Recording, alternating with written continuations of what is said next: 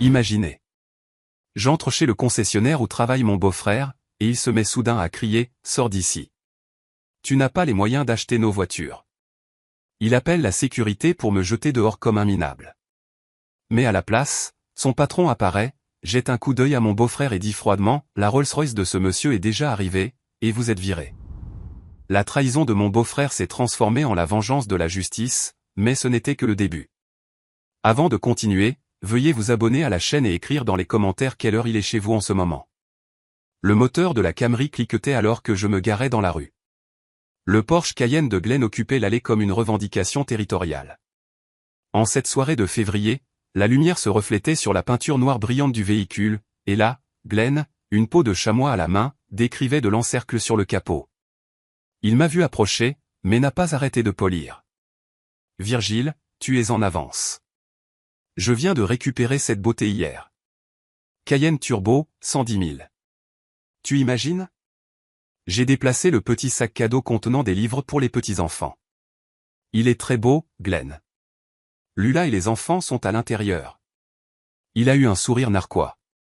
Cette expression que j'avais appris à reconnaître au cours des 3 dernières années. Ils sont dedans. Tu peux te garer dans la rue. Je ne voudrais pas que ta Camry goûte de l'huile sur mon allée. À travers la fenêtre de devant, Ethan et Sophie m'ont fait signe. Leurs vêtements m'ont immédiatement frappé. La chemise d'Ethan avait un col effiloché. Le pantalon de Sophie était trop court aux chevilles. Je leur ai fait signe en retour, regardant Glenn se positionner entre moi et la porte d'entrée, me forçant à admirer son acquisition un instant de plus. La maison sentait le poulet rôti et quelque chose d'amer que je ne pouvais pas identifier. Lula est sortie de la cuisine, s'essuyant les mains sur un torchon, et son sourire n'atteignait pas tout à fait ses yeux. « Papa, contente de te voir. » Elle m'a serré rapidement dans ses bras, puis a reculé alors que Glenn entrait derrière moi, remplissant l'embrasure de la porte. La salle à manger semblait chère de cette manière délibérément soignée. De l'art abstrait que je soupçonnais qu'elle n'aurait jamais choisi elle-même. Des chaises qui privilégiaient l'apparence au confort. Glenn a pris le bout de la table malgré ma présence. Les enfants étaient assis en face de moi, silencieux et observateurs. « Alors, Virgile, comment va ce studio? Tu entends toujours les voisins à travers les murs. » Glenn s'est servi du vin sans m'en offrir. Il répond à mes besoins. Je ne pourrais pas vivre comme ça. Un homme a besoin d'espace. Mais je suppose qu'à ton âge, réduire la taille est logique. N'est-ce pas, chérie? Il a regardé Lula. Elle a coupé un morceau de poulet avec une précision méticuleuse. Chacun a des situations différentes. Sophie a commencé à me demander quelque chose, mais Glenn a parlé par-dessus elle. Ce Cayenne, Virgile, il a un V8 biturbo, de 0 à 100 en 3,9 secondes. Bien sûr, je ne sais pas si tu apprécierais ça, venant de...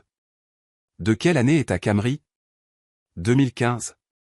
2014, encore mieux. Il a ri, et Lula a souri faiblement dans son verre de vin.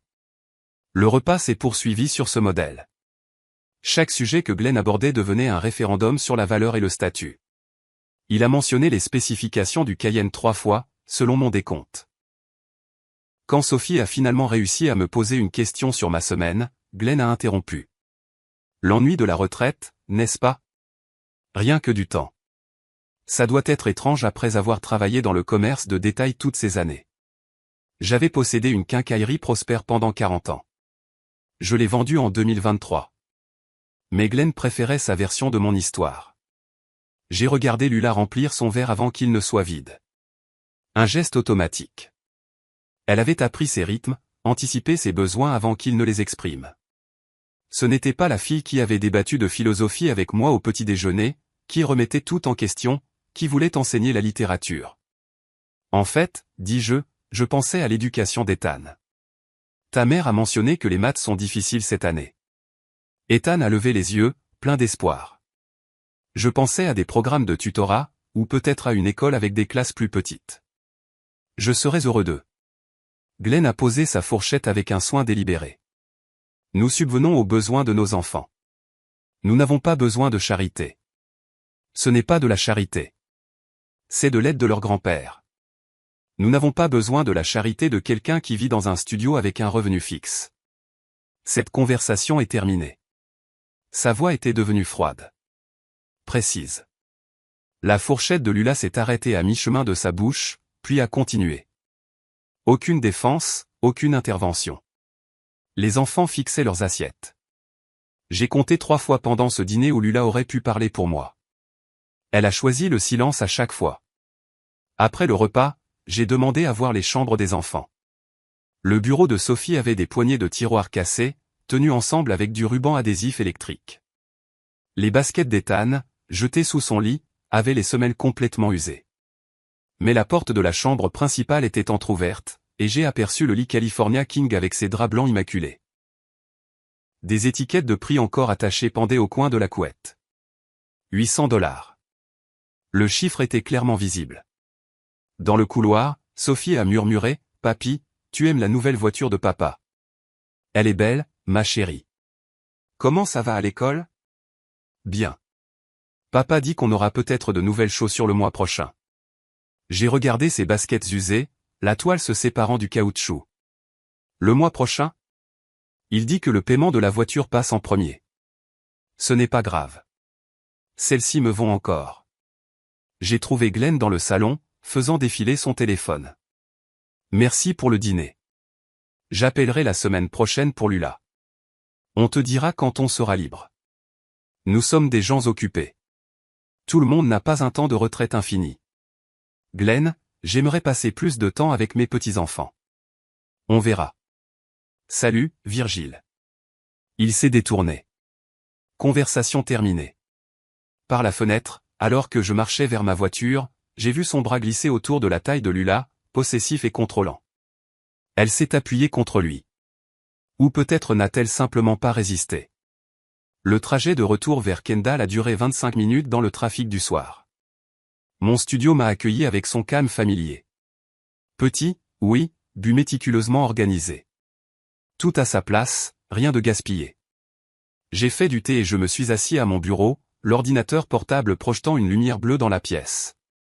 Mon application bancaire s'est chargée lentement. Le solde est apparu, 2 376 234 $. J'avais vendu mon entreprise il y a 18 mois pour 24,5 millions de $. Les investissements, une vie prudente et le temps avaient ajusté le chiffre. J'ai fermé l'ordinateur portable sans me déconnecter complètement. Sur le mur, une photo encadrée captait la lumière de la lampe. Grande ouverture de la quincaillerie Payne en 1987. J'avais 30 ans, debout à côté de l'entrée que j'avais conçue moi-même, portant la montre de mon père. J'avais bâti quelque chose. Il pensait que cela me rendait faible. Glenn voyait l'appartement modeste et supposait la pauvreté.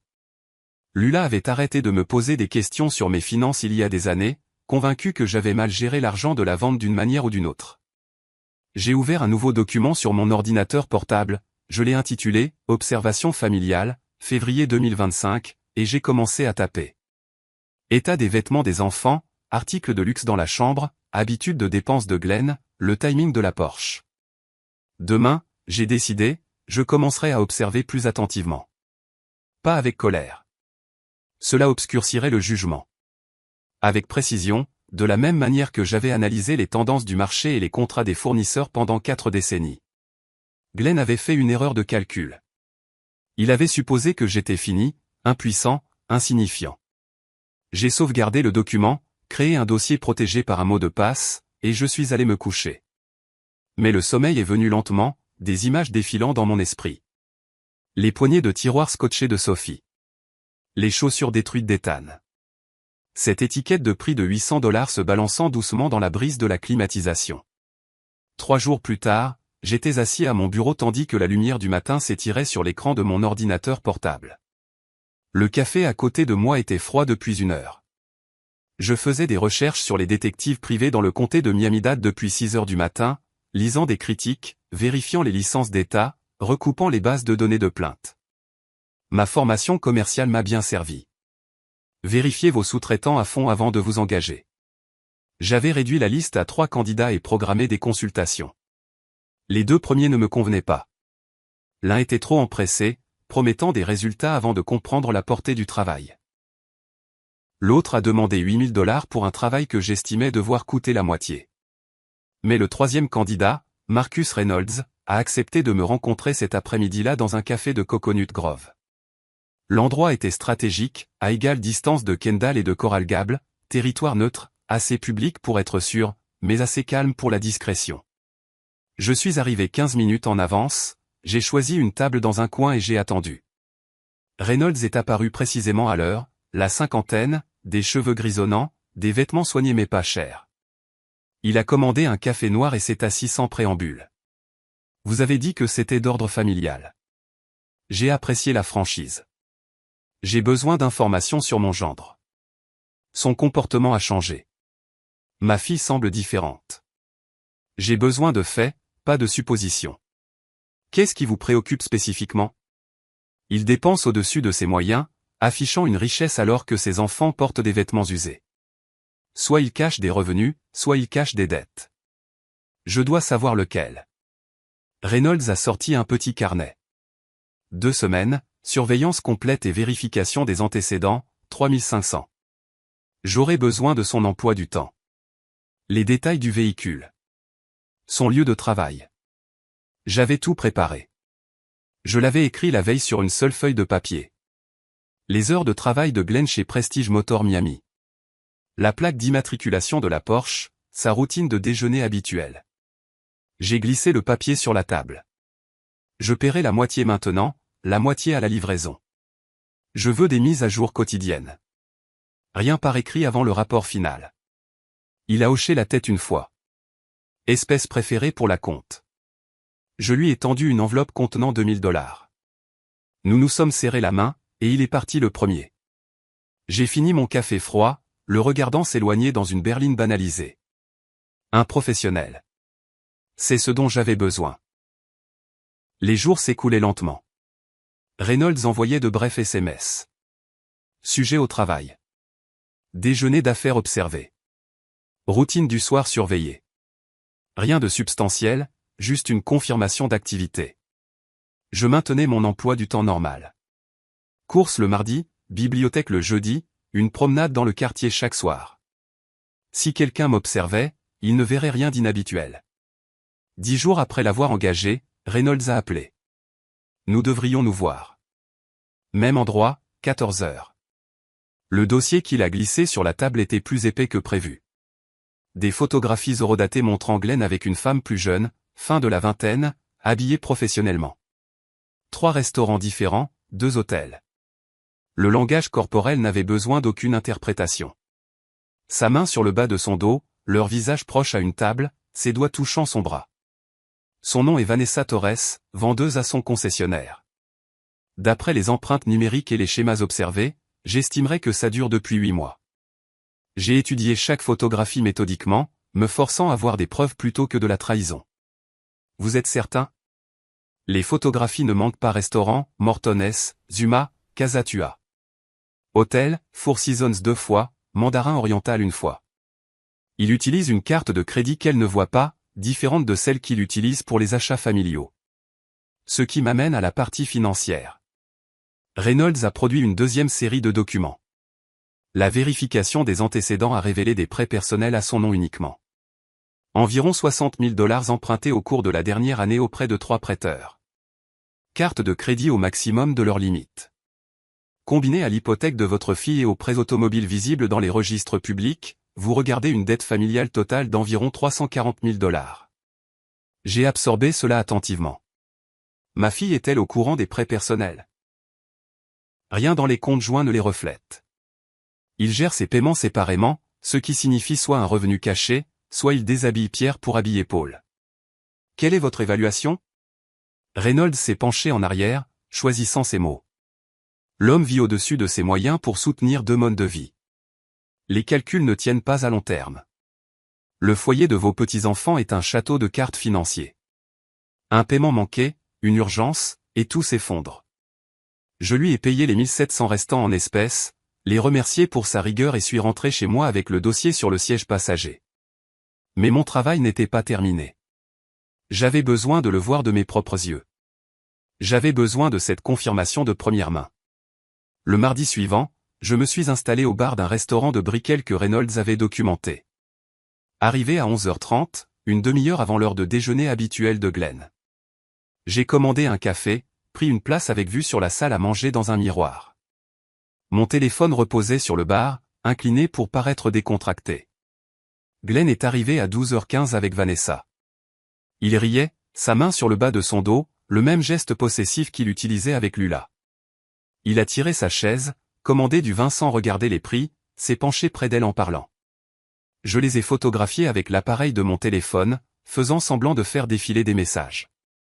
Une image a capturé son alliance, clairement visible alors que ses doigts s'entrelaçaient avec les siens sur la nappe blanche. Le vin qu'il a commandé coûtait 95 $. J'ai vu la présentation du sommelier. Glenn a à peine jeté un coup d'œil à l'étiquette avant d'approuver. C'était un homme qui noyait sa famille dans les dettes pour son ego et une liaison, et ni la maîtresse ni l'épouse ne comprenaient la réalité mathématique qui se refermait sur eux. J'ai laissé 20 $ pour mon café à 8 $ et je suis parti avant qu'il ne me remarque. Les photographies ont rejoint le dossier de Reynolds dans mon dossier crypté sur l'ordinateur portable. Ce soir-là, j'ai tout étalé sur mon bureau. Les rapports de l'enquêteur, mes propres photographies, les données financières que j'avais compilées.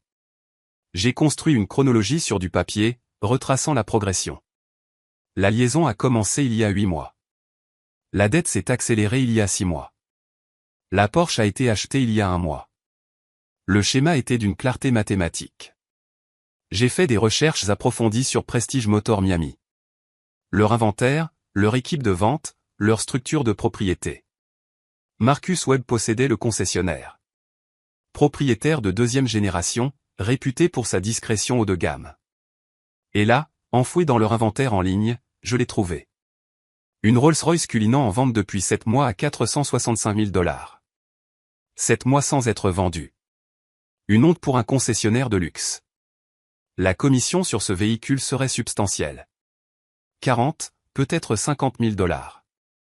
Glenn n'avait pas réussi à la vendre malgré son poste de directeur des ventes seniors. Et si un acheteur sérieux voulait cette voiture spécifique? Et si cet acheteur insistait pour traiter directement avec le propriétaire pour plus de discrétion?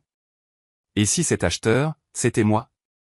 J'ai commencé à rédiger un email à Marcus Webb, choisissant chaque mot avec soin. Investisseur professionnel recherchant un véhicule de qualité, investissement pour collection personnelle. Capacité d'achat au comptant immédiate. Transaction discrète préférée. Demande de consultation privée avec la direction. Aucune mention de Glenn. Aucun indice de lien. J'ai écrit et réécrit l'email pendant 2 heures, ajustant le ton, assurant la crédibilité. Mes compétences en correspondance commerciale se sont avérées utiles. J'avais écrit des milliers de mails à des fournisseurs, trouvant toujours le juste équilibre entre professionnalisme et autorité. Vers 21 heures, j'ai appelé Lula. Un bref appel, rien d'inhabituel. Je voulais juste prendre de tes nouvelles. Sa voix semblait distraite. Ça va, papa? Occupé avec les emplois du temps des enfants. Est-ce que tout va bien? Tu as l'air stressé ces derniers temps. La défense est venue immédiatement. Tout va bien. Glenn travaille dur. Nous allons bien. Si jamais tu as besoin de quelque chose. Je dois y aller. On se parle bientôt. Elle a raccroché avant que je puisse répondre. Je suis resté assis dans le noir. Seule la lueur de mon ordinateur portable illuminait le bureau. L'email à Marcus Webb était complet, mais non envoyé. J'attendrai le matin, pour donner l'impression d'une demande d'affaires matinale de quelqu'un qui commence sa journée avec détermination. Sur mon bureau, j'ai disposé les documents. Le rapport final de Reynolds, mes photographies supplémentaires, l'analyse financière, les recherches sur le concessionnaire. À côté, j'ai placé une liste manuscrite intitulée « Objectifs ». 3 points. 1. Exposer Glenn professionnellement. 2. Protéger Lula et les petits-enfants financièrement. 3. Assurer l'avenir des petits-enfants. Pas une stratégie de vengeance. Pas une méthodologie de colère. J'ai tout sauvegardé dans le dossier crypté intitulé « Sécurité familiale 2025 ». Puis j'ai créé une sauvegarde physique dans le tiroir verrouillé où je gardais la montre de mon père et les documents de vente de mon entreprise. Demain matin, j'enverrai l'email concernant la Rolls-Royce. Le timing était important en affaires. Il l'avait toujours été. Mon doigt a plané sur le trackpad, puis s'est déplacé vers « Enregistrer le brouillon ». J'avais passé 40 ans à apprendre la patience. 12 heures de plus ne changeraient rien, mais les fondations étaient posées.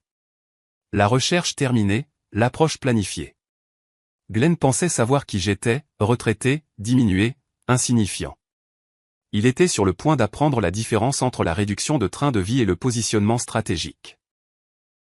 Le curseur planait sur le formulaire de contact du site web de Prestige Motor Miami, mercredi matin, 9h17.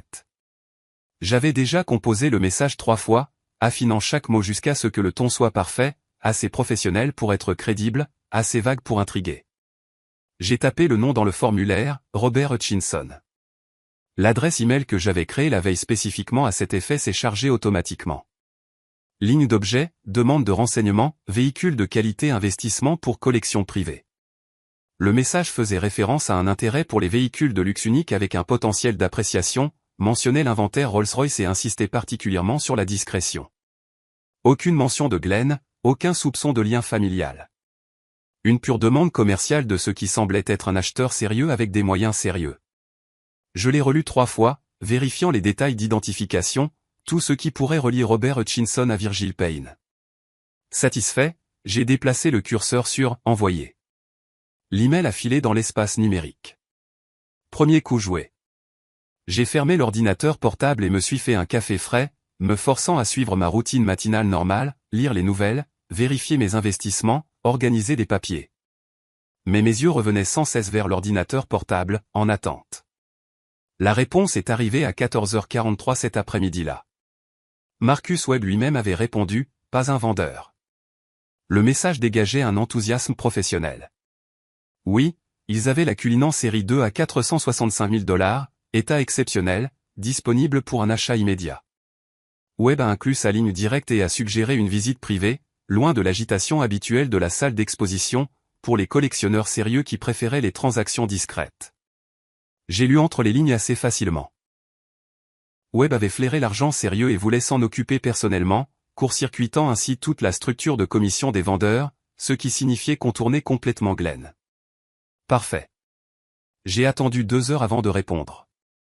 Il ne fallait pas paraître trop empressé, trop désespéré. Ma réponse fut brève. Préférence pour une rencontre directe avec la direction. Disponible cette semaine. Transaction en espèces possible pour le bon véhicule. J'ai demandé ses disponibilités. Sa réponse est arrivée en moins de 30 minutes. Demain après-midi, réunion dans mon bureau privé. Apporter une pièce d'identité pour la préparation des documents. J'ai passé la soirée à me préparer.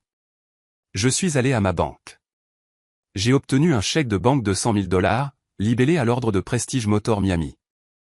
J'ai acheté un porte-documents en cuir dans une papeterie. Rien de trop cher, mais d'aspect professionnel. J'ai choisi mes vêtements pour le lendemain. Tenue décontractée mais élégante. Soignée, mais pas tapa accent grave l'œil. Jeudi après-midi, je me suis rendu au concessionnaire, mais je me suis garé à 2 rues de là dans un parking public. Je ne voulais pas que la Camry soit encore visible près du bâtiment. Cette révélation viendrait plus tard, selon mes propres termes. La marche jusqu'à Prestige Motor a pris 8 minutes. Je suis entré par l'entrée latérale que Webb avait spécifiée dans son email, évitant la salle d'exposition principale où Glenn travaillait. La réceptionniste m'attendait, a souri professionnellement et m'a escorté directement au bureau de Webb au 2e étage. L'espace surplombait la salle d'exposition à travers une vitre sans teint. Webb s'est levé pour m'accueillir, une poignée de main ferme, m'offrant un café, m'indiquant les fauteuils en cuir placés en face de son bureau en acajou. Des photographies automobiles et des prix de vente décoraient les murs. À travers la vitre en dessous, je pouvais voir le plancher de la salle d'exposition. Voir Glenn parler à un client près de la section BMW, gesticulant avec animation, confiant dans son élément. Voir la Rolls-Royce Cullinan positionnée bien en vue sous les projecteurs, son extérieur noir brillant. Webb a commencé le discours de vente de luxe standard, mais je l'ai interrompu poliment. Monsieur Webb, j'ai fait mes recherches. Ce véhicule est dans votre inventaire depuis 7 mois. Je suis prêt à simplifier les choses pour nous deux. Ses sourcils se sont légèrement haussés. Vous avez fait vos devoirs. Oui, c'est une pièce de prestige, un véhicule remarquable qui attend le bon acheteur. C'est une façon de le décrire. J'ai mis la main dans ma veste, j'ai sorti l'enveloppe de la poche intérieure, non pas en fouillant dans un portefeuille, mais de manière délibérément préparée, et je l'ai glissé sur son bureau. Je suis prêt à déposer 100 000 aujourd'hui. Les 365 000 restants à la livraison. Mais j'ai des conditions. Webb a ouvert l'enveloppe, a examiné le chèque de banque. Son expression a changé. Ce n'était plus théorique. C'était de l'argent réel sur son bureau. Je vous écoute. Premièrement, cette transaction reste entre nous jusqu'au jour de la livraison. Aucune implication du personnel de vente jusqu'à ce que je récupère le véhicule. Il a hésité. C'est inhabituel. Puis-je demander pourquoi? J'accorde de l'importance à la vie privée. Trop d'achats de luxe deviennent immédiatement publics. Les concessionnaires qui font pression pour des références, la famille qui pose des questions, les associés qui font des suppositions. Je prends mes décisions tranquillement, je les exécute publiquement quand je suis prêt.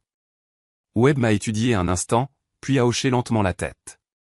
Et la deuxième condition, je veux récupérer le véhicule personnellement pendant les heures normales d'ouverture, sans annonce à votre personnel. Je veux l'expérience authentique de la salle d'exposition lors de la prise en main. Son expression suggérait de la confusion, mais il regardait 7 mois de frais d'inventaire assis sur le plancher de sa salle d'exposition et une commission substantielle pour le propriétaire. Cela peut être arrangé. Nous avons passé les 40 minutes suivantes sur les formalités administratives, paraphant des formulaires, examinant le calendrier de livraison, 4 semaines pour le detailing final et la préparation. Date de collecte début avril.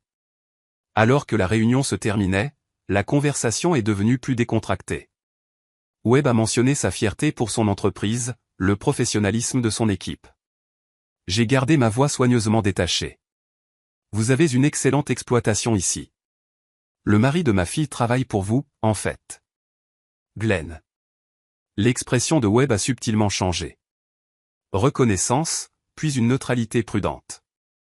Glenn? Oui, il est l'un de nos directeurs. Votre famille par alliance. Nous ne parlons pas beaucoup d'affaires. Je préfère séparer la famille et les finances. Je suis sûr que vous comprenez. Je vois. Je me suis levé, rassemblant mon porte-documents. Ce sera intéressant de voir sa réaction quand je viendrai chercher la Rolls-Royce. Je n'ai pas mentionné mon intérêt pour les véhicules de luxe à la famille. Ça devrait être une sacrée surprise. Le visage de Webb suggérait qu'il commençait à comprendre que ce n'était pas une simple transaction. Mais le contrat était signé, l'acompte versé, l'argent sécurisé. Il a tendu la main. Nous vous appellerons 48 heures avant la livraison. Je suis parti par la même entrée latérale, je suis retourné au parking à un rythme mesuré. Ce n'est qu'une fois assis seul dans la Camry que j'ai laissé la tension se relâcher de mes épaules. Je suis resté assis là pendant 3 minutes, traitant ce que j'avais mis en mouvement avant de démarrer le moteur. De retour à l'appartement, j'ai ouvert le calendrier de mon ordinateur portable, j'ai marqué la date de livraison 4 semaines plus tard, début avril, j'ai créé des rappels de compte à rebours à intervalles hebdomadaires. Sous la date, j'ai tapé une seule phrase, le jugement de Glenn, puis je l'ai immédiatement supprimé. Aucune preuve écrite de mobile, même dans les fichiers privés. J'ai examiné mes comptes. 100 000 déposés, 365 000 réservés sur un compte séparé pour le paiement final. Il restait encore 23,2 millions en investissement intact. Le coût de la justice était gérable. J'ai regardé la photo encadrée de l'inauguration de ma quincaillerie. La construction patiente de quelque chose de précieux. Brique par brique, décision par décision. C'était le même processus, juste une construction différente. 4 semaines avant que Glenn ne découvre que son beau-père n'était pas un retraité impuissant vivant de miettes. 4 semaines avant que la vérité ne devienne visible. J'ai fermé l'ordinateur portable, ressentant quelque chose que je n'avais pas ressenti depuis 2 ans, depuis la vente de mon entreprise, l'anticipation de voir des plans soigneusement élaborés arriver à leur terme. Le téléphone a sonné à 10h07, jeudi matin. La voix de Marcus Webb, professionnel et mesuré, Monsieur Payne, votre véhicule est prêt. Quand souhaitez-vous le récupérer? J'ai jeté un coup d'œil à l'horloge sur mon bureau. Je serai là dans l'heure. Excellent. Tout est préparé. Après avoir raccroché, j'ai procédé à mes préparatifs avec un soin délibéré. J'ai enlevé ma montre descente, les remplacé par une montre numérique bon marché du fond de mon tiroir, j'ai choisi le jean le plus vieux que je possédais, une veste grise unie aux coudes usés, des bottes de travail éraflées que j'avais gardées de l'époque de ma quincaillerie. Je me suis étudié dans le miroir. L'image parfaite d'un modeste retraité, exactement ce que Glenn s'attendait à voir, exactement ce qui rendrait le contraste dévastateur. J'ai attrapé les clés de la Camry et je suis parti. Pendant les 30 minutes de route jusqu'au concessionnaire, je me suis arrêté à un feu rouge. Mon reflet est apparu dans le rétroviseur latéral. 63 ans, portant des vêtements qui semblaient sortis d'une friperie, conduisant une berline de 10 ans. Mais dans mes yeux, j'ai vu quelque chose qui n'y était plus depuis 2 ans. Un but. Le feu est passé au vert. J'ai continué. Prestige Motor est apparu devant, ses murs de verre révélant l'intérieur de la salle d'exposition, des véhicules rutilant sous un éclairage design, un personnel de vente en costumes impeccables, le luxe contrôlé de l'argent sérieux. J'ai garé la Camry sur le parking des visiteurs, sans plus me cacher, bien en évidence près de l'entrée. À travers la vitre, j'ai repéré Glenn près de la section Mercedes, en pleine conversation avec un couple d'âge mûr, montrant les caractéristiques d'un véhicule avec un enthousiasme bien rodé. Je suis entré par l'entrée principale. La porte a carillonné doucement. La réceptionniste a levé les yeux avec un sourire professionnel, a commencé à me saluer. Je suis passé devant elle en direction du centre de la salle d'exposition, les yeux fixés sur la Rolls-Royce Cullinan, positionnée sous les projecteurs comme une pièce de musée. Un mouvement a attiré l'attention périphérique de Glenn. Il a jeté un coup d'œil en plein milieu de sa phrase avec ses clients, a eu un sursaut visible, et son expression a rapidement changé, confusion, puis irritation, puis quelque chose comme de l'embarras que quelqu'un de sa famille pauvre soit là, potentiellement nuisible à son image professionnelle. J'ai tourné lentement autour de la Rolls-Royce, l'examinant comme le ferait un acheteur potentiel, j'ai passé ma main sur la finition miroir du capot, j'ai regardé à travers les vitres l'intérieur en cuir crème, j'ai vérifié les poignées de porte. Glenn s'est excusé auprès de ses clients et s'est approché avec une désinvolture forcée, la mâchoire visiblement crispée. « Virgile, qu'est-ce que tu fais ici ?» Je me suis retourné, expression neutre. Je regarde ce véhicule. Il est impressionnant. Son visage s'est assombri d'une nuance. Ce n'est pas un endroit pour flâner. Ce sont des véhicules sérieux pour des acheteurs sérieux. D'autres membres du personnel commençaient à remarquer notre interaction. Les conversations se sont calmées. L'attention s'est déplacée. J'ai continué à examiner la Rolls-Royce, j'ai ouvert la portière du conducteur, déverrouillée pour l'exposition. Je me demandais si je pouvais faire un essai routier. Le contrôle de Glenn a cédé comme un fil trop tendu, sa voix montant. Un essai routier ? Tu ne peux même pas te payer l'assurance de cette voiture, sans parler de son prix d'achat. La salle d'exposition est devenue silencieuse. Tous les yeux étaient sur nous maintenant. Les clients de Glenn ont échangé des regards mal à l'aise. La réceptionniste s'est figée au milieu d'un appel téléphonique. Je n'ai pas bougé, les mains toujours sur la poignée de porte, l'expression délibérément calme. Tu dois partir maintenant. Tu te mets dans l'embarras.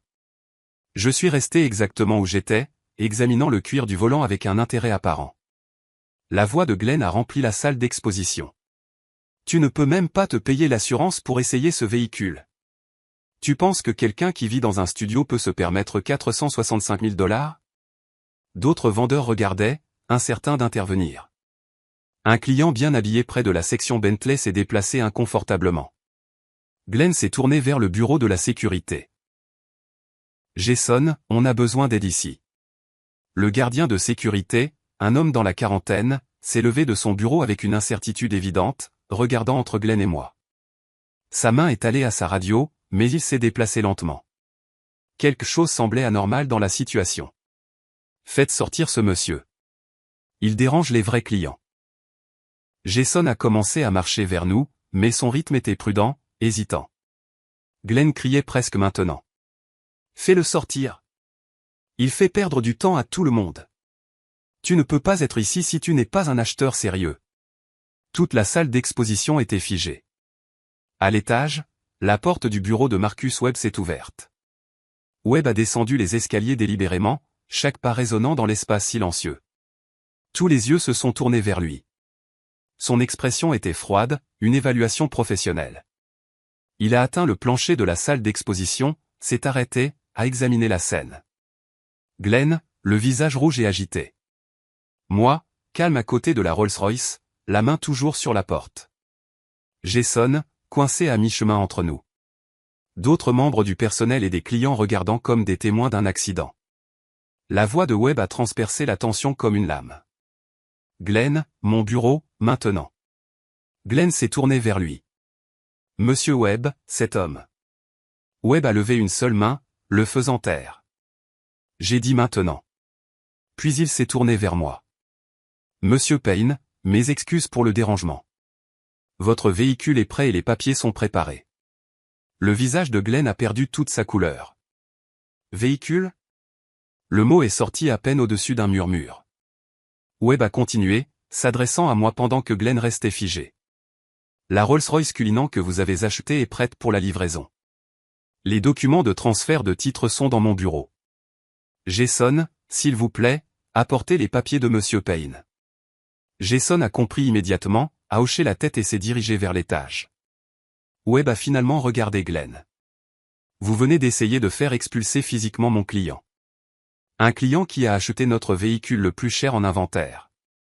Il a fait une pause, laissant les mots s'imprégner. Vous êtes licencié. Rassemblez vos affaires personnelles. Vous avez 30 minutes. La salle d'exposition est restée absolument immobile. La bouche de Glenn s'est ouverte, s'est fermée, s'est rouverte. Aucun son n'en est sorti. D'autres vendeurs fixaient le sol, ne voulant pas assister à la destruction de leurs collègues. Les RH vous contacteront au sujet de votre dernier chèque de paie et de la fin de vos avantages. Laissez votre carte d'accès au bâtiment à la réception. Webb s'est tourné vers moi. S'il vous plaît, complétons vos papiers à l'étage. J'ai hoché la tête, le suivant vers les escaliers sans regarder Glenn. Jason est revenu avec un dossier, l'a remis à Webb. Alors que j'atteignais la 3e marche, Glenn a retrouvé sa voix, rauque, brisée, désespérée. Ce n'est pas fini. Tu m'entends, vieil homme ? Ce n'est pas fini. Tu le regretteras. Je me suis arrêté brièvement, sans me retourner. Webb a parlé froidement sans regarder en arrière. Glenn, la sécurité vous escortera si nécessaire. Partez maintenant. J'ai continué à monter, laissant Glenn seul au centre de la salle d'exposition, entouré de témoins de son humiliation, à côté du véhicule qu'il n'avait pas pu vendre et que son beau-père venait d'acheter au comptant. De la fenêtre du bureau de Webb, j'ai regardé à travers la vitre sentant Glenn tituber vers son bureau. D'autres vendeurs évitaient délibérément de croiser son regard, soudainement occupés par des papiers, des appels téléphoniques, n'importe quoi qui leur permettait de prétendre qu'ils n'avaient pas vu ce qui venait de se passer. Webb a fermé la porte du bureau derrière nous, a posé le dossier sur son bureau. C'était plus laid que je ne l'avais prévu, a-t-il dit doucement. Je me suis assis dans le même fauteuil en cuir que j'avais occupé 4 semaines auparavant. Il a fait ses choix. Webb a glissé les documents vers moi. Alors que je commençais à examiner les papiers de transfert de titre, Glenn est apparu en bas, portant une petite boîte en carton, marchant vers la sortie avec les mouvements mécaniques de quelqu'un en état de choc. Il n'a pas levé les yeux vers le bureau, n'a regardé personne. Il a juste marché. La porte a carillonné à sa sortie. J'ai signé le document final et l'ai rendu à Webb. La Porsche de Glenn est arrivée dans l'allée à 13h47. Par la fenêtre de la cuisine, Lula a jeté un coup d'œil à l'horloge, la confusion traversant son visage. Des heures trop tôt. La porte du garage a grondé. Elle a entendu ses pas, plus lourds que d'habitude. Puis il est apparu, portant une petite boîte en carton. La cravate desserrée, le visage encore rougi par la colère résiduelle. J'ai été viré. Il a posé la boîte durement sur le comptoir de la cuisine. Injustement. Une injustice totale. Lula s'est figé, un torchon à la main. Quoi ? Qu'est-ce qui s'est passé ? Un client riche s'est plaint de mon approche de vente. La direction a pris son parti. De la politique. Toujours de la politique dans ces endroits. Elle s'est approchée, cherchant son visage. Mais tu es l'un de leurs meilleurs. Ça n'a pas d'importance quand les gens riches se plaignent. Ils ont choisi l'argent plutôt que la loyauté. Il a desserré davantage sa cravate, jouant le rôle de l'employé lésé avec des gestes bien rodés. Son téléphone a vibré sur le comptoir entre eux. Un texto de Marissa, une amie qui travaillait en ville près du concessionnaire. Est-ce que ton père vient d'acheter une Rolls-Royce au travail de Glenn ? Lula a fixé l'écran. L'a lu 2 fois. A levé les yeux vers Glenn. Mon père a acheté une voiture à ton concessionnaire. L'expression de Glenn a changé. Pris sur le fait. En train de calculer. Il a pivoté rapidement. C'est donc de ça qu'il s'agit. Ton père. Il est arrivé ce matin, m'a humilié publiquement, a acheté un véhicule cher d'une manière ou d'une autre, et m'a fait virer. Mon père? Comment a-t-il de l'argent pour? Exactement. Glenn a saisi l'opportunité. D'où l'a-t-il eu? Quelque chose ne va pas ici. De l'argent sale. Peut-être illégal. Je ne sais pas, mais quelque chose n'est pas normal. La main de Lula a atteint son téléphone. Je dois l'appeler. Tu vas l'appeler? La voix de Glenn s'est élevée. Je suis ton mari. Il a détruit ma carrière, et tu prends son parti? Mais elle composait déjà. 3 sonneries, puis sa voix, calme et mesurée. Lula, j'attendais ton appel. D'où as-tu eu l'argent pour une Rolls-Royce? Glenn dit que tu l'as fait virer. Je t'expliquerai tout en personne. Peux-tu me retrouver cet après-midi? Pourquoi ne pas me le dire maintenant? Parce que tu mérites de voir les documents. La preuve de tout. 14 heures. Café de Coconut Grove. Elle a hésité, Glenn la regardant attentivement. D'accord. 14 heures. Après avoir raccroché, elle s'est tournée vers Glenn. Je vais le rencontrer. J'ai besoin d'entendre sa version. Le visage de Glenn s'est assombri. Sa version? Je suis ton mari. Tu le choisis lui plutôt que moi. Pour la première fois depuis des années, elle a tenu bon. Je choisis d'entendre ce qu'il a à dire. Ce n'est pas prendre parti. Elle est allée se changer, laissant Glenn dans la cuisine. Ses mains tremblaient alors qu'elle choisissait un chemisier dans son placard. 20 minutes plus tard, elle sortait sa Honda de l'allée. 3 voitures derrière, la Porsche de Glenn suivait à une distance prudente. Le café de Coconut Grove était modérément bondé. Virgile était assis à une table d'angle, le dos au mur, un dossier en cuir à côté de son café. Lula est arrivée avec 7 minutes de retard, le visage crispé par le stress. Elle s'est assise sans dire bonjour. Virgile a commencé sans préambule. Il y a 2 ans, j'ai vendu mon entreprise. Cette quincaillerie construite sur 40 ans. Prix de vente, 23 millions de dollars. L'expression de Lula est passée par le choc, l'incrédulité, la colère. Tu es riche depuis 2 ans et tu n'as rien dit? Il a glissé des documents sur la table. Contrat de vente, relevé bancaire, déclaration de revenus. Tout était légitime, tout était légal. Les mains de Lula tremblaient en lisant. Je voulais voir qui tu étais vraiment. Quand j'étais pauvre, tu ne me respectais pas. Glenn se moquait ouvertement de moi. Tu ne disais rien. Nous ne nous moquions pas. Il a produit d'autres papiers, des captures d'écran imprimées des publications de Glenn sur les réseaux sociaux ridiculisant son beau-père fauché, des SMS à des amis se plaignant de la situation financière pathétique de Virgile. Un message datant de 3 mois, il conduit toujours cette triste Camry. Il peut à peine se payer l'essence, probablement. Le visage de Lula s'est effondré. Je ne savais pas qu'il. Puis Virgile a placé les photographies sur la table. Glenn avec une femme plus jeune, horodatée, les corps inclinés l'un vers l'autre dans une intimité sans équivoque.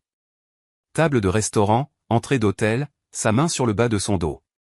Son nom est Vanessa Torres. Celle-ci date des 8 derniers mois.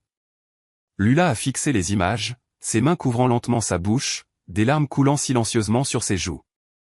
Depuis combien de temps? Sa voix l'a à peine atteint.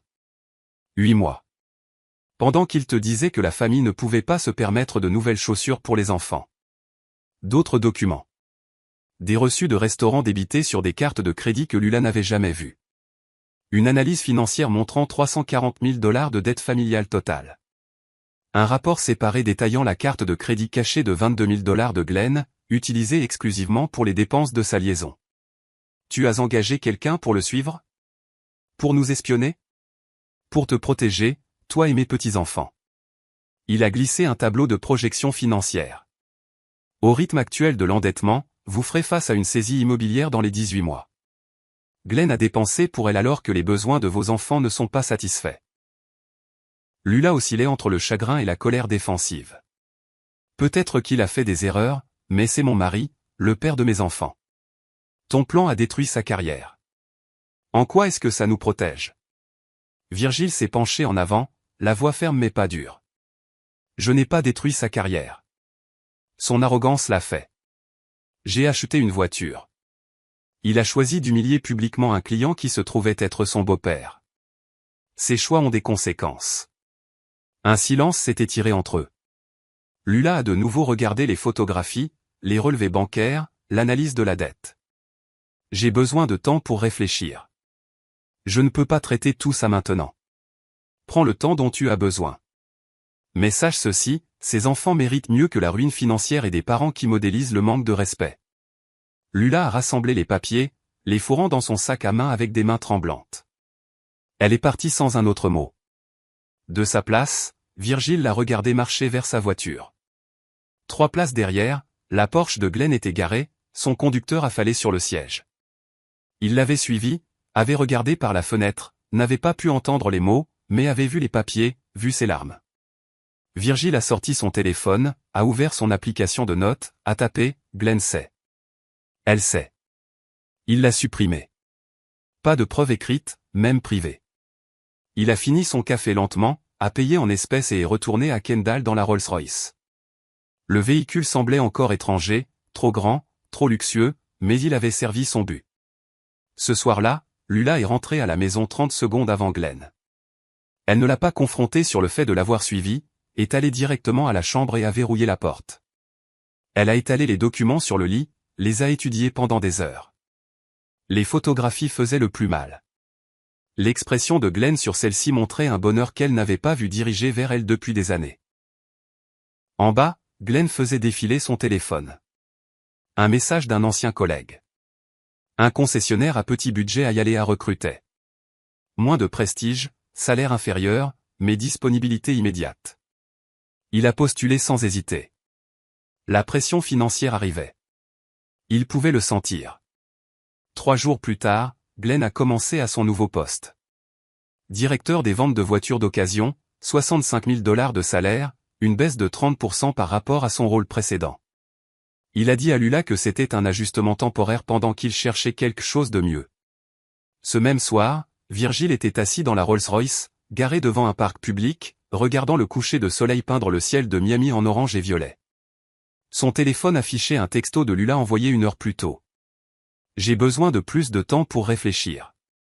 S'il te plaît, ne contacte pas Glenn directement. Il a tapé sa réponse avec soin. Prends le temps dont tu as besoin. Je suis là quand tu seras prête. Ce qu'il n'a pas mentionné, c'est qu'il avait déjà programmé une consultation avec un avocat spécialisé en droit de la famille pour la semaine suivante. La patience avait bâti son entreprise brique par brique pendant 40 ans. La patience achèverait ceci. Le bureau de l'avocate occupait le 20e étage d'une tour du centre-ville de Miami. Des fenêtres du sol au plafond encadraient la ligne d'horizon. La lumière du matin était vive et clinique. Diane Costa était assise en face de son bureau en acajou, examinant le dossier que Virgile avait envoyé à l'avance, organisé avec des onglets de couleurs, des résumés chronologiques et l'approche de l'homme d'affaires face à une crise familiale. Elle a levé les yeux, son expression professionnelle, mais pas méchante. Monsieur Payne, cette documentation est complète. Vous avez tout organisé. J'ai bâti une entreprise sur la documentation. Il s'agit de protéger ma famille. Avec ses preuves adultères, tromperie financière, bien-être des enfants en danger. Votre fille a une position solide si elle décide de déposer une demande. La question est-elle prête? La réponse de Virgile est venue sans hésitation. Pas encore. Mais elle le sera. Que pouvons-nous faire pour nous préparer?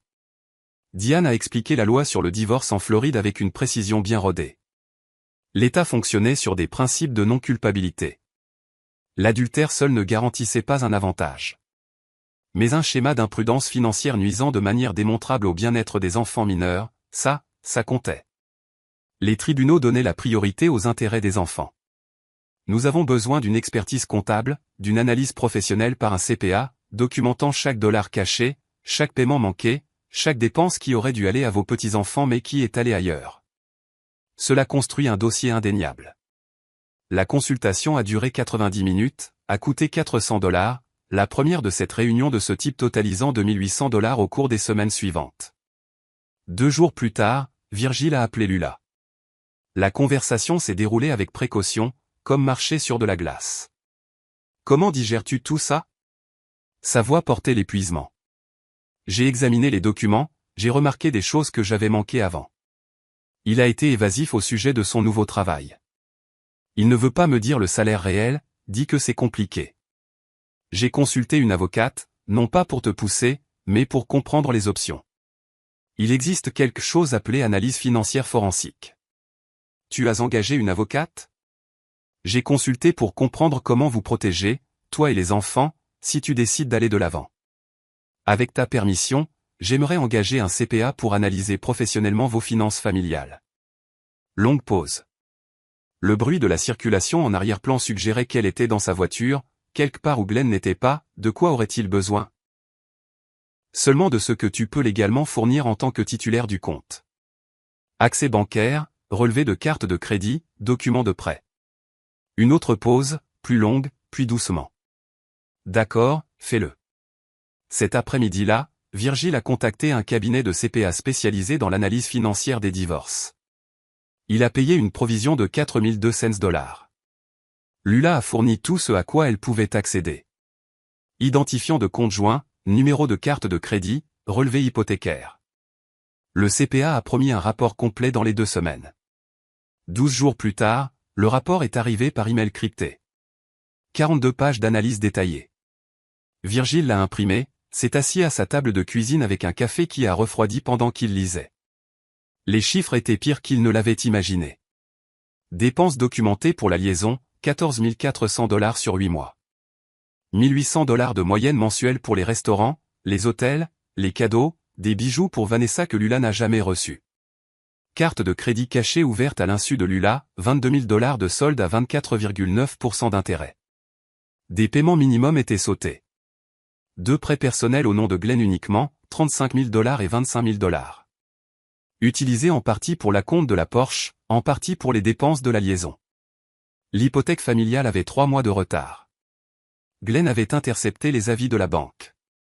Si le prochain paiement était manqué, la procédure de saisie commencerait. Fonds d'études des enfants, Glenn avait retiré $12 000 il y a 6 mois. L'argent n'avait jamais été expliqué à Lula. Dette familiale totale, $340 000. Le nouveau salaire réduit de Glenn de $65 000 ne pouvait pas supporter la charge de la dette actuelle. La conclusion du CPA était sans appel. Effondrement financier imminent sans intervention. Recommandons une consultation immédiate en matière de dette ou la dissolution des obligations financières communes. Virgile a transmis le rapport à Diane Costa, puis a appelé Lula. Nous devons nous voir. L'analyse financière est complète. C'est urgent. Mais avant qu'ils ne puissent se rencontrer, la crise s'est accélérée d'elle-même. La lettre recommandée est arrivée chez Lula un mardi matin. En tête officielle de la banque, langage formel. Contenu dévastateur, avis de défaut de paiement de l'hypothèque.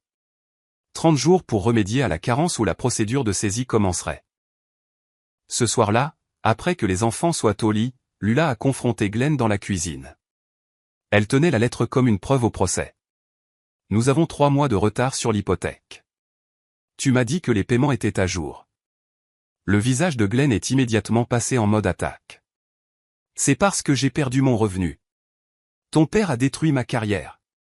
Le rapport dit que les paiements ont été manqués même quand tu travaillais. Ses yeux se sont rétrécis. Quel rapport? Elle a réalisé son erreur. L'analyse financière. Tu as laissé ton père enquêter sur nos finances. Sa voix a grimpé. Tu lui as donné accès à nos comptes. C'est son plan, Lula. Il veut te contrôler. Il veut qu'on divorce pour pouvoir fondre sur toi et te sauver. Il arpentait la cuisine, ses gestes s'amplifiant, sa voix remplissant l'espace. Ou peut-être qu'il me montre une vérité que je refuse de voir. Sa voix est venue plus doucement qu'il ne s'y attendait, ce qui l'a fait frapper plus fort. Je suis ton mari, le père de tes enfants. Tu le choisis lui plutôt que moi. Je choisis la vérité. Je le rencontre demain au sujet de l'analyse financière. Glenn s'est approché, dominant physiquement l'espace entre eux. Mais Lula s'est déplacé latéralement autour de lui vers la porte, affirmant son droit de se déplacer librement. Tu ne peux pas simplement. Je peux, et je le fais. Elle est allée dans la chambre, a verrouillé la porte, puis a fait quelque chose qu'elle n'avait jamais fait auparavant. Elle a fouillé la pièce systématiquement. Elle a trouvé des relevés de cartes de crédit fourrés entre des chemises pliées dans sa commode, des documents de prêt dans une boîte à chaussures sur l'étagère du placard derrière les vêtements d'hiver. Sous son côté du matelas, une enveloppe avec des reçus pour des bijoux qu'elle n'avait jamais reçus. Elle a tout photographié avec son téléphone. Le lendemain matin, elle a rencontré Virgile au même café de Coconut Grove. Cette fois, elle est arrivée avec son propre dossier, ses propres preuves. Elle l'a posé sur la table à côté du rapport du CPA qu'il avait apporté. J'ai trouvé des documents de prêt hier soir. 60 000 $ qu'il a empruntés sans me le dire. Et il a retiré de l'argent des fonds d'études des enfants. Virgile a écouté sans l'interrompre. La lettre de la banque dit que nous pourrions perdre la maison. La maison de mes enfants. Elle l'a regardé directement. Qu'est-ce que je fais? Il a choisi ses mots avec soin, informant plutôt que commandant. L'avocate dit qu'avec ces preuves, tu peux demander le divorce avec une position forte sur la garde. La maison pourrait être protégée par des procédures légales. Les intérêts des enfants passent en premier selon la loi de Floride. Ses mains serraient sa tasse de café. Si je dépose une demande, tout change. Ses parents, nos amis, tout le monde saura. Ils sauront la vérité. La vérité n'est pas une honte. La cacher, si. Un silence s'est étiré entre eux. Une minute entière s'est écoulée. Puis Lula a ouvert son téléphone, a trouvé le numéro que Virgile lui avait envoyé il y a quelques jours. Le bureau de Diane Costa. Son doigt a plané sur le bouton d'appel. 7 secondes d'hésitation. Puis elle a appuyé. Elle a mis le téléphone sur haut-parleur pour que Virgile puisse entendre.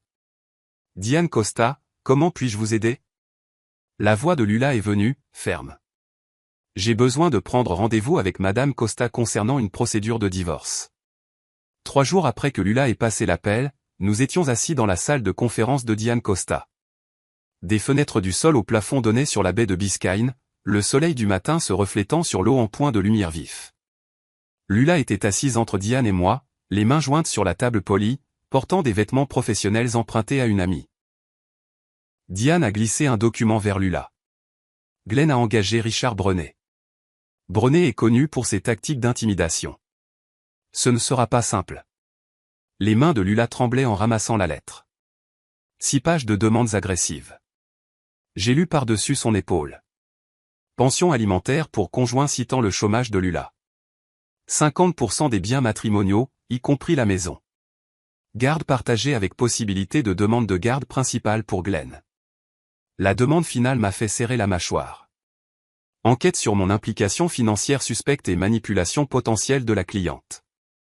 Menace d'assigner mes dossiers financiers. Suggestion d'influence inappropriée sur la prise de décision de Lula. À quel point ça va devenir moche. La voix de Lula était faible. Il demande une pension alimentaire, la moitié des biens, la garde, et menace d'enquêter sur les finances de ton père. Mes finances sont documentées, légalement saines, ai-je dit. Diane a hoché la tête. Je sais, mais Brené utilisera la procédure de communication des pièces comme une arme. Pour rendre cela cher et épuisant. Nous devons être prêts pour un long combat. Une semaine plus tard, nous étions assis au tribunal de la famille de Miami-Dade pour l'audience préliminaire. La salle d'audience était moderne, éclairée par des néons, impersonnels. Lula à la table du demandeur avec Diane. De l'autre côté de l'allée, Glenn dans un costume emprunté à côté de Brené. C'était la première fois que Lula voyait Glenn depuis le dépôt de la demande. Il avait l'air plus mince, plus dur, désespéré. Brené s'est levé, s'adressant à la juge Rodriguez, une femme dans la cinquantaine avec des yeux vifs et aucune patience pour le théâtre. Votre honneur, le défendeur a été clairement manipulé par un père riche qui a orchestré un plan élaboré pour détruire un mariage stable. L'apparition soudaine de M. Payne avec un véhicule de luxe, l'embauche d'enquêteurs, le financement de ce divorce, tout cela est la preuve d'une influence inappropriée. Nous demandons la divulgation financière complète de Monsieur Virgile Payne. La juge Rodriguez avait l'air sceptique. Monsieur Brené, les finances de Monsieur Payne ne sont pas pertinentes à moins que vous ne puissiez démontrer qu'il est partie prenante aux biens matrimoniaux. Le pouvez-vous? Son influence sur la prise de décision de la demanderesse. Ce n'est pas ce que j'ai demandé. Passez à autre chose. Diane s'est levée, calme et préparée. Votre honneur, les preuves montrent que le défendeur s'est livré à l'adultère, à la tromperie financière et à dilapider les biens matrimoniaux pour une liaison personnelle. Ce sont des faits, pas de la manipulation. Elle a commencé à présenter le dossier méthodiquement. Les photographies du détective privé projetées sur l'écran de la salle d'audience. Glenn avec Vanessa Torres, horodatage, lieu, langage corporel, sans équivoque. Relevé bancaire montrant 14 400 $ de dépenses pour la liaison, surligné en jaune. La carte de crédit que Glenn avait ouverte en secret, 22 000 $ de solde. Les documents de prêt qu'il avait signés à l'insu de Lula. Les registres de retrait des fonds d'études des enfants, 12 000 $ que Glenn ne pouvait pas expliquer. Les avis de défaut de paiement de l'hypothèque qu'il avait interceptés et cachés. Chaque pièce était numérotée, cataloguée, recoupée. Brené s'est opposé à plusieurs reprises. Obtenu illégalement. Violation de la vie privée. Diane a contré chaque objection. Le détective privé a opéré légalement dans des lieux publics. Lula a autorisé l'analyse financière en tant que titulaire de compte joint. Toutes les pièces ont été correctement communiquées. La juge Rodriguez a examiné les documents attentivement, posant des questions pointues. Puis Diane a présenté la déclaration sous serment de Lula. À la demande de la juge, Lula en a lu une partie à voix haute.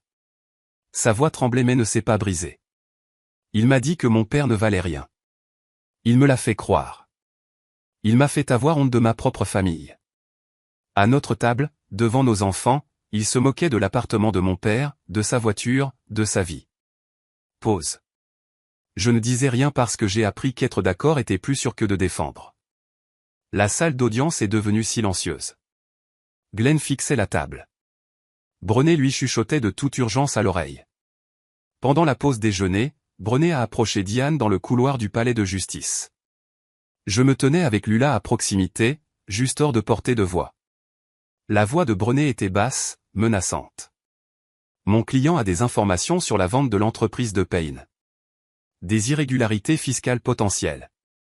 La SEC pourrait être intéressée. L'expression de Diane n'a pas changé. Votre client est libre de signaler toute préoccupation aux autorités compétentes. Tout est documenté et légal. Autre chose? Brené a changé de tactique. Offre de règlement. Glenn garde la maison. Lula obtient la garde. Pas de pension alimentaire. Une rupture nette. Contre-offre. Lula garde la maison avec les enfants. Garde principale. Glenn paie 1 200 $ par mois de pension alimentaire pour les enfants. Ces dettes sont sa responsabilité. Présentez ça à votre client. La mâchoire de Brené s'est crispée. Il n'acceptera jamais. Diane s'est retournée pour partir. Alors nous continuons. La session de l'après-midi a repris. Brené a appelé Glenn à la barre, tentant de le présenter comme un père dévoué, victime des circonstances. Sous le contre-interrogatoire de Diane, Glenn a trébuché. Il n'a pas pu expliquer la carte de crédit cachée, n'a pas pu justifier les dépenses de sa liaison alors que les enfants avaient besoin de produits de base, n'a pas pu produire de preuves de sa présence aux événements scolaires ou aux rendez-vous médicaux. Lorsqu'on lui a demandé de nommer les enseignants de ses enfants, il a hésité trop longtemps. Interrogé sur leurs notes actuelles, il a cherché l'aide de Brené, qui n'est pas venue. À la fin, ses mains agrippaient le bord de la barre des témoins, les jointures blanches. L'expression de la juge Rodriguez était devenue glaciale. La semaine suivante, Brené a joué sa dernière carte. Glenn a déposé une requête pour la garde principale, affirmant que l'instabilité émotionnelle de Lula et mon influence inappropriée créaient un environnement dangereux pour les enfants. Diane s'y était préparée. Elle a appelé le conseiller d'orientation de l'école des enfants comme témoin, qui a attesté qu'il ne montrait aucun signe de détresse sous la garde de leur mère, que Glenn n'avait pas assisté à une conférence parents-enseignants depuis 2 ans, et que Lula se portait régulièrement volontaire. Puis Diane a présenté un rapport de détective privé supplémentaire que j'avais commandé après le dépôt initial. Il documentait Glenn rencontrant Vanessa 3 fois après le début de la séparation, y compris une fois où il avait prétendu être avec les enfants. Des photographies montraient Vanessa dans le nouvel appartement de Glenn. La juge Rodriguez a appelé les 2 avocats à la barre, leur a parlé doucement mais fermement. Ils sont retournés à leur table. Garde principale accordée à la demanderesse, Lula Payne. le défendeur se voit accorder un droit de visite supervisé 2 fois par semaine, avec une transition vers un droit de visite standard après une période d'évaluation de 90 jours. À l'extérieur du palais de justice, la chaleur de début de soirée pesait comme un poids. Lula, Diane et moi marchions vers le parking. Diane a résumé le résultat. Les décisions préliminaires sont fortement en notre faveur. L'audience du jugement final aura lieu dans 6 semaines. Il acceptera probablement un règlement plutôt que de continuer. Diane est partie. Lula s'est tourné vers moi. Il avait l'air brisé là-dedans. Tu as vu son visage? Je l'avais vu. L'expression de Glenn lorsque la décision sur la garde a été annoncée. Dévastation mêlée de rage. Tout cela dirigé vers moi à travers la salle d'audience. Il te rejette la faute pour tout, a poursuivi Lula, même si c'est lui qui l'a causé. Le blâme est plus facile que la responsabilité. Nous marchions vers la Rolls-Royce. Lula s'est arrêté avant de l'atteindre. Cette voiture, elle a tout commencé. Non, ses choix ont tout commencé. Cette voiture les a simplement rendus visibles. Alors que je déverrouillais les portières, mon téléphone a vibré. Un texto d'un numéro inconnu. Tu as détruit ma vie. Je n'oublierai pas, une capture d'écran montrait que le message avait été envoyé depuis le téléphone de Glenn. Je l'ai supprimé sans répondre. Je n'en ai pas parlé à Lula. Mais en la ramenant chez elle, j'ai surveillé le rétroviseur plus attentivement que d'habitude. 6 semaines plus tard, j'étais assis dans la salle d'attente du palais de justice, vêtu d'un costume d'affaires. Milieu de matinée de juillet, la climatisation luttant contre la chaleur oppressante de Miami. Lula à côté de moi dans une robe professionnelle empruntée. Diane révisant ses dernières notes sur sa tablette. L'audience du jugement final. La fin de la bataille juridique. 9 heures est arrivée et passée. La table du défendeur dans la salle d'audience est restée vide. La juge Rodriguez est entrée à 9h03. Levez-vous pour l'honorable juge Rodriguez. Nous nous sommes levés, puis assis. Elle a examiné les papiers devant elle avec une désapprobation évidente face à la table vide. Dans l'affaire Payne contre Payne. Où est le défendeur? Inconnu, votre honneur, a dit Diane. Il a été dûment notifié. À 9h07, la porte de la salle d'audience s'est ouverte. Glenn est entré, débraillé. Pas d'avocat à ses côtés. Son costume était d'un tissu moins cher, flottant sur une silhouette plus mince, le visage mal rasé, pas une barbe de 3 jours à la mode, mais de la négligence. Monsieur Glenn, vous êtes en retard. Où est Monsieur Brenet? La voix de Glenn était rauque, fatiguée. Plus sous contrat, votre honneur. Je me représente moi-même. Rodriguez a soupiré. Procès, divorce, tout est compliqué. Très bien. C'est l'audience du jugement final. Sur la base des décisions préliminaires et des preuves soumises, je suis prête à rendre l'ordonnance finale. Souhaitez-vous présenter des preuves ou des arguments supplémentaires? Glenn a regardé des papiers froissés qu'il tenait dans sa main. Votre honneur, je demande une révision des arrangements de garde et de pension. Ma situation financière est temporaire. Je suis un parent stable. Monsieur Glenn, les décisions préliminaires traitent de ces questions. Sans nouvelles preuves, le jugement final reste tel que rédigé. Le sang-froid de Glenn, déjà ténu, s'est brisé. Sa voix s'est élevée. De nouvelles preuves. Vous voulez de nouvelles preuves?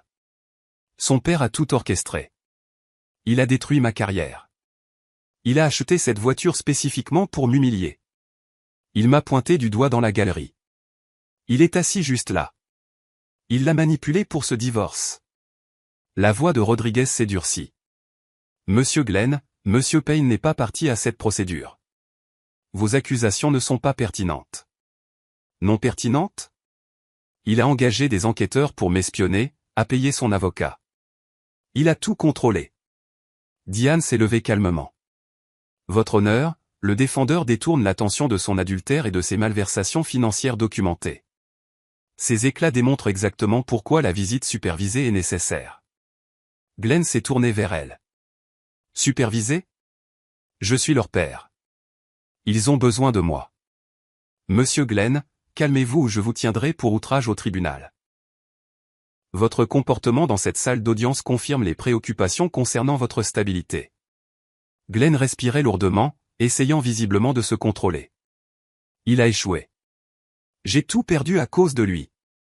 Il m'a de nouveau pointé du doigt. Je suis resté immobile, l'expression neutre. Je n'ai pas répondu. Dernier avertissement, monsieur Glenn. Asseyez-vous. Glenn s'est lentement assis, la tête tombant dans ses mains. Rodriguez a lu le décret à voix haute. Mariage dissous avec effet immédiat. Garde résidentielle principale à Lula. Droit de visite supervisé pour Glenn 2 fois par semaine pendant 90 jours, puis transition vers un calendrier standard.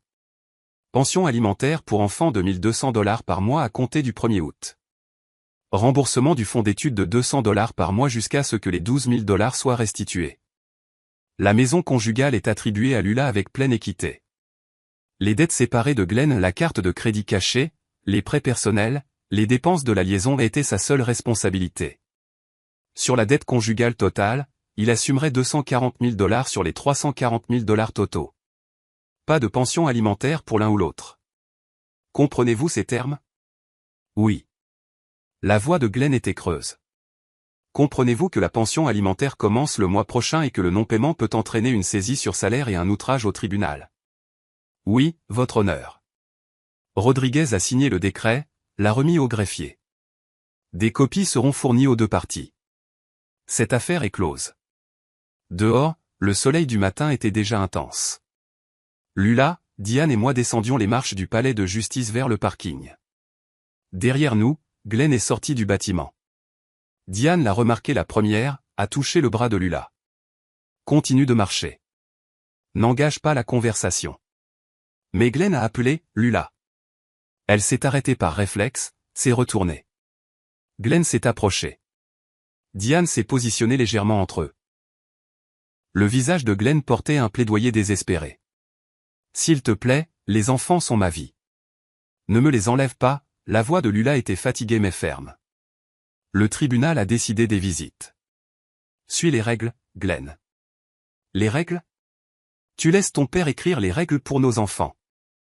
J'ai finalement parlé, la voix calme mais audible. Le juge a écrit les règles en fonction de ton comportement. Assume tes responsabilités. Le désespoir de Glenn s'est transformé en rage. La responsabilité? Tu as détruit tout ce que j'ai construit. Tu n'as rien construit. Tu as emprunté sur tout. Tu as menti à tout le monde. Tu as trahi ta famille. J'ai simplement arrêté de faire semblant de ne pas remarquer. Glenn a fait un pas vers moi. Diane s'est interposée. Monsieur Glenn, partez maintenant. Ses mains se serraient et se desserraient, sa respiration saccadée. Finalement, il s'est retourné, a marché vers l'arrêt de bus. Plus de voiture maintenant. Il n'a pas regardé en arrière. 3 jours plus tard, je suis arrivé chez Lula avec des annonces immobilières imprimées. J'avais passé le week-end à rechercher en ligne des maisons dans de meilleurs quartiers, de meilleures écoles, des 3 et 4 chambres. Je me suis assis à sa table de cuisine, étalant les annonces avec une excitation croissante. J'ai fait des recherches. Il y a une maison à Pinecrest, d'excellentes écoles, 4 chambres, pour que les enfants puissent chacun avoir leur propre espace. Je peux faire la compte. Tu gères l'hypothèque avec les revenus de la pension alimentaire. Lula a pris une annonce, l'a étudiée lentement. Ou celle-ci à Coconut Grove, plus proche d'un bon collège pour Ethan. Le syndic s'occupe de tout. Moins de travail pour toi. J'attendais de l'enthousiasme. J'ai eu du silence. Lula a posé le papier. Papa. Son ton m'a fait faire une pause. J'apprécie ça. Vraiment. Mais je ne peux pas. La confusion m'a frappé. Tu ne peux pas? Pourquoi? Ce sont des investissements dans les petits-enfants. J'ai besoin de respirer. Je viens de divorcer. Je suis encore en train de découvrir qui je suis sans Glenn. Et tu es déjà en train de planifier ma prochaine étape. J'essaie d'aider. Je sais. Mais ça ressemble à du contrôle. Un contrôle différent de celui de Glenn, mais du contrôle quand même. Les mots ont frappé fort. Un impact visible. Je n'essaie pas de contrôler. Je connais tes intentions, a-t-elle dit plus doucement maintenant. Mais j'ai besoin de temps pour prendre mes propres décisions. Me tenir sur mes propres pieds. Me prouver que je peux le faire. Je suis resté assis dans la Rolls-Royce devant sa maison après, les mains sur le volant, le moteur éteint. J'ai rejoué la conversation, la voyant clairement maintenant. J'avais accompli ma vengeance contre Glenn, mais je n'avais pas considéré ce dont Lula avait besoin après. De l'espace, de l'autonomie, de l'autodétermination. J'ai construit le dossier pour sa liberté, puis j'ai immédiatement essayé de gérer cette liberté. J'ai démarré le moteur, j'ai conduit vers mon appartement. À un feu rouge, j'ai vu quelque chose de familier. Le Porsche Cayenne de Glenn sur une dépanneuse à plateau, allant dans la direction opposée. Des étiquettes de saisie bancaire sur le pare-brise. La voiture dont il avait été si fier à ce premier dîner, maintenant remorquée. Mais ma satisfaction était atténuée par les mots de Lula. De retour à l'appartement, je me suis assis sur le canapé, j'ai regardé une vieille photo de famille, ma femme décédée, une jeune Lula souriante. Une époque plus simple. Mon téléphone a vibré. Un texto de Lula. Merci pour tout ce que tu as fait. Je le pense vraiment. Mais j'ai besoin d'espace pour me retrouver. Je t'appellerai quand je serai prête. Je t'aime. J'ai tapé une réponse, l'ai supprimée, j'ai tapé à nouveau. J'ai finalement envoyé, je comprends. Je suis là quand tu auras besoin de moi. Je t'aime aussi. J'ai posé le téléphone face contre table. Un acte conscient de donner de l'espace. J'ai réalisé que la vengeance avait réussi, mais que la reconstruction nécessitait une approche différente. La patience sans ordre du jour, le soutien sans direction, la présence sans pression. J'avais gagné la bataille. Maintenant, je devais apprendre à gérer la victoire. Une semaine après notre conversation sur les annonces immobilières, j'étais assis à mon bureau, examinant des documents financiers. Le relevé hypothécaire de la maison de Lula était à côté de mon chéquier ouvert. Paiement dû dans 5 jours. 2200 $. Je savais qu'elle n'avait pas encore de revenus. Je savais que les appels de recouvrement continuaient d'arriver. J'ai rempli le chèque, adressé l'enveloppe directement à la société de prêt hypothécaire, pas à Lula, évitant l'apparence de lui donner de l'argent, éliminant simplement un obstacle. Deuxième enveloppe. Un chèque à la société de consolidation de dette, 180 000 $ pour régler sa part de la dette conjugale attribuée dans le jugement de divorce. Une ardoise propre. Les 2 enveloppes indiquaient ma banque, mais ne contenaient aucune note, aucune explication. Je les ai postées en allant à l'épicerie. Ce soir-là, mon téléphone a sonné. Le numéro de Lula. Salut. Longue pause avant qu'elle ne parle. Papa, la société de prêt hypothécaire a appelé. Ils ont dit que mon compte est à jour. Un trop-perçu a été appliqué au mois prochain. Est-ce que tu... La maison est à ton nom. Je voulais m'assurer que tu la gardes. Une autre pause. Et la société de recouvrement a appelé. Ils ont dit que ma dette est réglée. Papa. Tu avais besoin d'une ardoise propre pour recommencer. C'est tout. Silence. Puis, merci. Après avoir raccroché, j'ai noté dans mon registre, 182 200 $ au total. Je ne l'ai pas classé comme un prêt ou un don, juste comme un soutien. 2 semaines plus tard, elle a appelé avec un ton différent, excité. J'ai trouvé un travail. Responsable de bureau dans un cabinet médical. 42 000. Je commence lundi. Mon bonheur était sincère. C'est excellent. Félicitations. Raconte-moi. Nous avons parlé pendant 20 minutes. 3 médecins, des responsabilités de planification et de facturation, son trajet. Elle avait l'air différente, fière. Le lundi suivant, elle a commencé sa routine, a déposé les enfants à l'école, a conduit 15 minutes jusqu'au bureau, a géré le flux de patients et la paperasse, a récupéré les enfants à 17 h. Son premier chèque de paie est arrivé 2 semaines plus tard. Elle m'a envoyé une photo de la fiche de paie encadrée sur le mur de sa cuisine. Le premier argent que j'ai gagné en 12 ans. J'ai répondu, le premier de beaucoup d'autres. Fier de toi. 3e semaine, elle a réarrangé les meubles de son salon sans demander l'avis de personne. Elle a peint un mur d'accent elle-même après avoir regardé un tutoriel en ligne.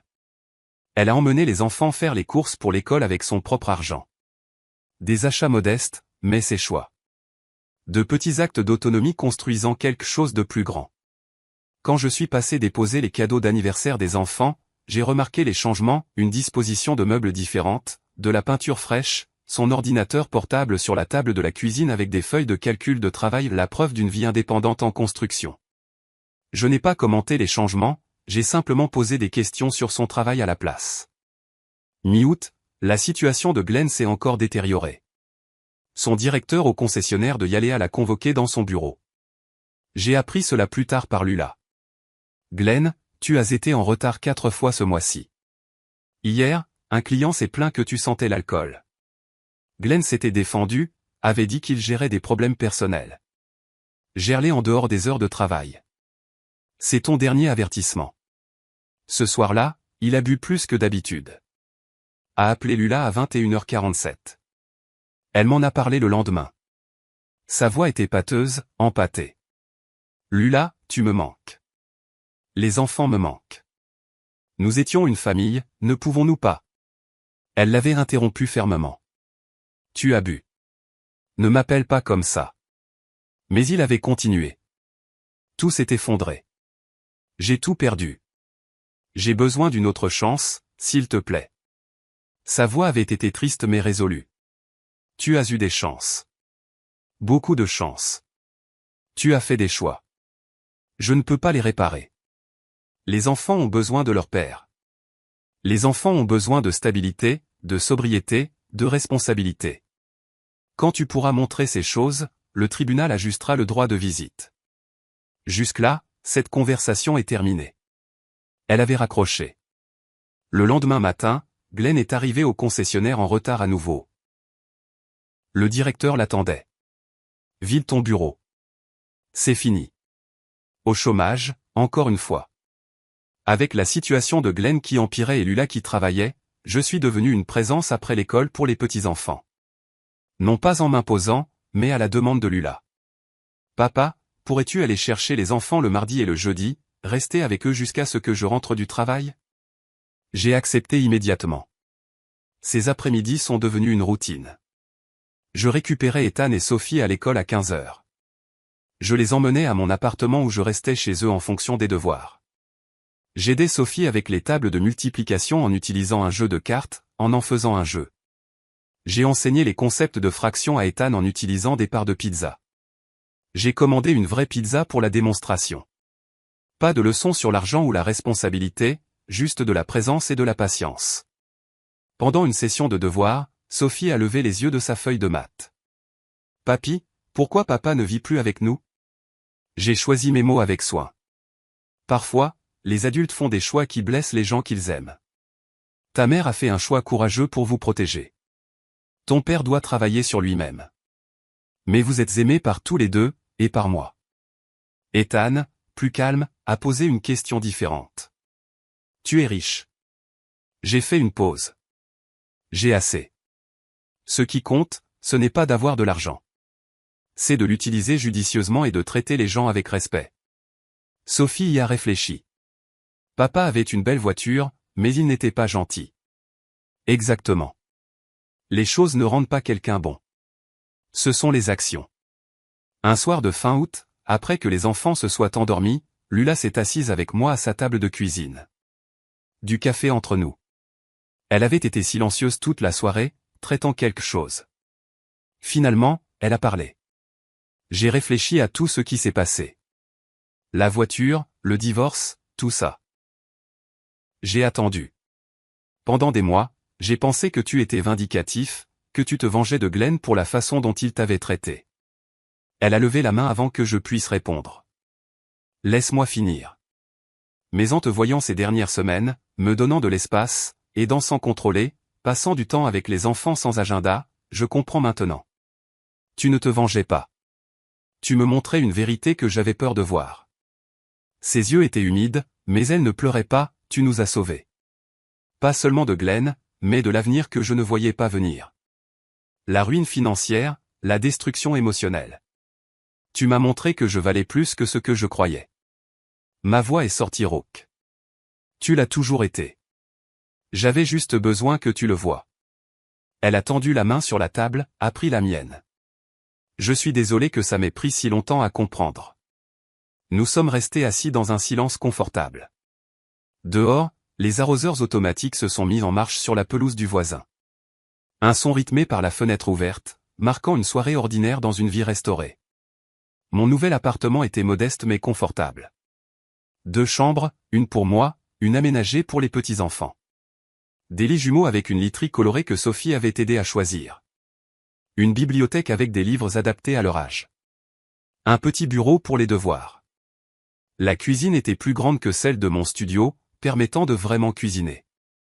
Le salon avait un canapé confortable et des photos de famille sur le mur, une de l'inauguration de ma quincaillerie, une autre, récente, de moi avec Ethan et Sophie au parc. L'après-midi précédant le 9e anniversaire de Sophie, j'ai préparé le salon pour une petite célébration. Des ballons violets et argentés, ses couleurs préférées. Un gâteau fait maison refroidissant sur le comptoir de la cuisine. Vanille avec crème au beurre. Une recette d'internet. Le premier gâteau que je faisais depuis des décennies. Une petite pile de cadeaux emballés sur la table d'appoint. La sonnette a retenti à 16 heures. Lula avec Ethan et Sophie. Sophie s'est précipitée à l'intérieur. Papy, tu as des ballons. Elle m'a serré dans ses bras. Ethan a suivi, plus réservé mais souriant.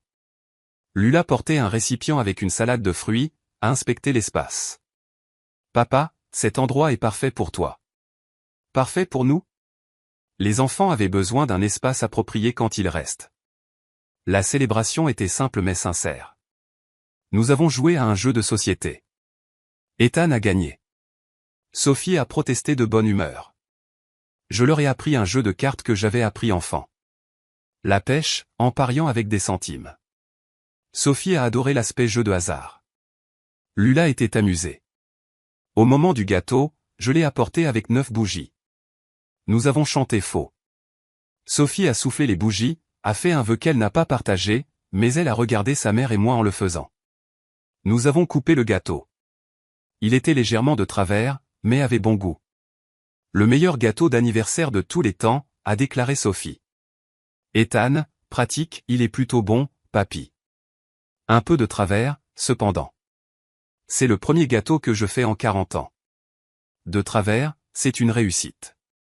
On pourra en faire un ensemble la prochaine fois, a demandé Sophie. Je t'aiderai. J'ai accepté. Ouverture des cadeaux. J'ai donné à Sophie un set de matériel de dessin. Elle avait montré de l'intérêt pour le dessin. Pour Ethan, un kit scientifique sur l'électricité. Il était curieux de savoir comment les choses fonctionnaient. Des cadeaux modestes choisis avec soin. Sophie m'a serré dans ses bras. On pourra faire de l'art ensemble demain.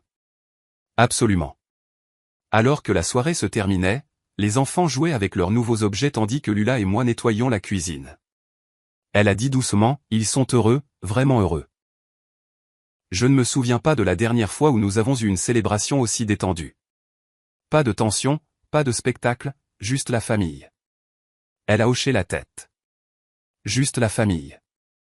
Plus tard, alors que les enfants regardaient un film dans le salon, Lula et moi nous sommes assis à la table de la cuisine avec un café. Elle m'a regardé directement. J'ai besoin de dire ça correctement. Tu nous as sauvés, pas seulement de la ruine financière. Tu m'as sauvé de me perdre complètement. J'ai commencé à dévier. Elle a continué, laisse-moi finir. Je devenais une personne que je ne reconnaissais pas, acceptant la cruauté de Glenn, acceptant le manque de respect comme normal, enseignant à mes enfants que l'argent compte plus que le caractère. Sa voix était stable. Tu m'as montré la vérité même quand je ne voulais pas la voir. Oui, ça a fait mal. Oui, c'était dur. Mais tu m'as donné une chance de me reconstruire en tant que personne réelle, pas comme l'accessoire de Glenn. J'ai juste montré la vérité. Tu as fait le choix courageux d'agir en conséquence. Elle a secoué la tête. Non, tu as créé les conditions dans lesquelles je pouvais agir. Les preuves documentées, l'avocate engagée, les finances stabilisées. Sans cette fondation, je serais toujours piégé. Croyant à sa version de la réalité. Pause. Merci. Vraiment. J'ai couvert sa main avec la mienne. Tu es ma fille. Te protéger n'est pas une faveur. C'est une responsabilité et de l'amour. Du salon, Sophie a appelé « Papy ». Ethan dit que le personnage du film ne peut pas faire ça. Dis-lui. Nous avons tous les deux souri. Le moment de gratitude cédant la place à la vie de famille ordinaire. La semaine suivante, j'ai rencontré un avocat spécialisé en succession. J'ai créé un fonds fiduciaire pour l'éducation d'Ethan et Sophie. 500 000 $ au total, 250 000 $ chacun, structuré pour n'être accessible que pour des dépenses d'éducation qualifiées. Frais de scolarité, livres, logement dans des établissements accrédités. Les distributions commenceraient lorsque chaque enfant atteindrait 18 ans. Les documents de la fiducie nommaient Lula comme fiduciaire jusqu'à ce que les enfants aient 25 ans. J'ai également mis à jour mon testament. La majeure partie de ma succession restante serait divisée entre Lula et les petits-enfants, avec des dispositions spécifiques empêchant Glenn d'accéder à des fonds, quelles que soient les circonstances. L'avocat a confirmé que tout était légalement solide, a déposé les documents.